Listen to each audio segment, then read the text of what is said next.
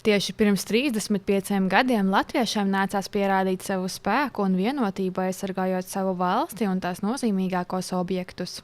Un tieši tiem latviešiem, kuri ziemas augstumā devās veidot barikādes, mums jābūt pateicīgiem par to, ka šobrīd dzīvojam brīvā Latvijā. Lai godinātu mūsu varonīgos iedzīvotājus, Vandzenē izskanēja atmiņu stāsti. Ideja radās 24. gada rudenī. Līdz ar to es ar to ideju esmu auklējusies pusotru gadu. Pagājušā gada pavasarī es uzrunāju vokāla ansambļa Vārpa vadītāju Ievu ar savu ideju, kā būtu, ja mēs kopā ar ansambli veidot šādu koncertu stāstu, kurā skanētu iedzīvotāju atmiņu stāsti par to laiku, un meitenes izdziedātu tādas skaistākās latviešu komponistu dziesmas, kas ir veltītas Latvijai. Atmiņu stāstus iegūt bija izaicinoši, jo ne visi ar tiem vēlas dalīties. Tie glabā lielus pārdzīvojumus. Tāpat ir iedzīvotāji, kuri vairs nav starp mums, tāpēc ar atmiņu stāstiem padalīties nevar. Bet man šķiet, ka mēs ieguvām tieši īstos stāstus, kuriem ir klāta ļoti liela emocionāla bagāža.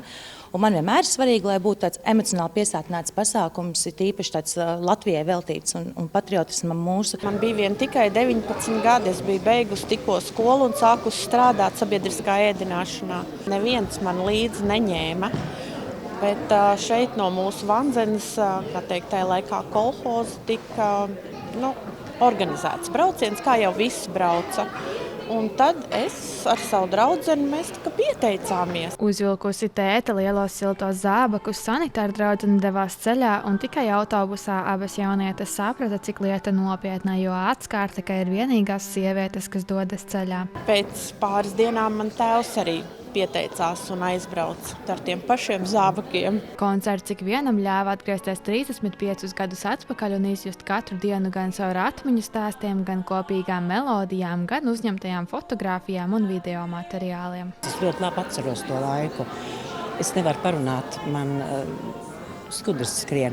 Tad, kad es redzēju šeit to mūsu Vandzenes bubu, bija tur tā ugunsdzēsēja mašīna. Es atceros, ka bija mums tā kompānija, visa brauca projām uz turieni. Arī celtnieki brauca. Man vīrs strādāja celtniecību arī tajā laikā. Man bija bērni mazi. Nedomāju, ka tā būs pagājis tāds laiks un viss jau ir mierīgs debesis, bet nobira asaras. Protams, izdzīvojot, atceroties. Pasākuma apmeklētāji ir pārliecināti, ka, lai arī 35 gadu laikā daudz kas ir mainījies, tāpat būtu liela iedzīvotāju daļa, kas dotos aizstāvēt savu valsti, neskatoties ne uz ko. Ausma Ferstere teica, ka Latvija pavisam noteikti ir drošībā. Jau pateicoties mazmeitai, kura pievienojās zemesardzei, Ausma zina, ka ir daudz enerģisku jauniešu, kuri nepieciešamības gadījumā būs gatavi pastāvēt par savu dzimteni. Visas tās dienas mežā, teltī gulējām.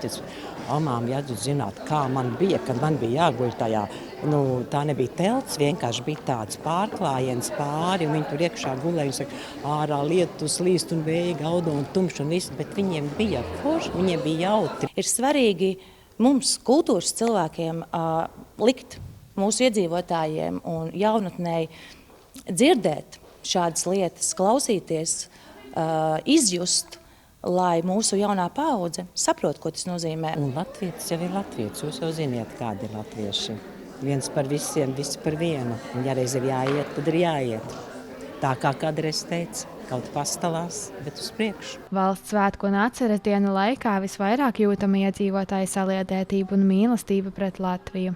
Nīceta Anna Stariņa, Terēza Matisone, TV9 Pakalni.